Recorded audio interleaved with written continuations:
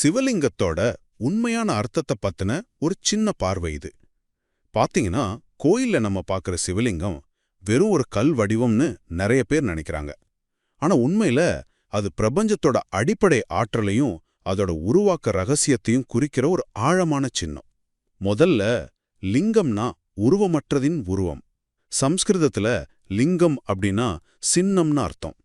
இது சிவனோட உடல் கிடையாது.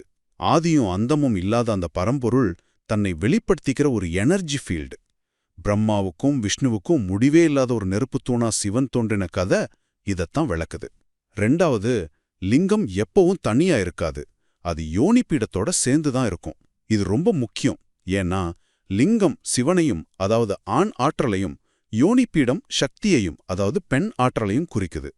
இந்த ரெண்டு ஆற்றலும் ஒரு சமநிலையில இணையும் போதுதான் இந்த பிரபஞ்சமே இயங்குது. கடைசியா இது பிரபஞ்சத்தோட ஒரு ஜாமெட்ரிக் வரைபடம்னே சொல்லலாம்.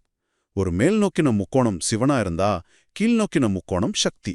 இது ரெண்டும் சேர்றது தான் பிரபஞ்சத்தோட முழுமையான பேலன்ஸ். ஒரு சின்ன அணுவோட மையத்திலிருந்து பெரிய பெரிய கேலக்சி வரைக்கும் இதே ஆற்றல் வடிவம் தான் இருக்கு.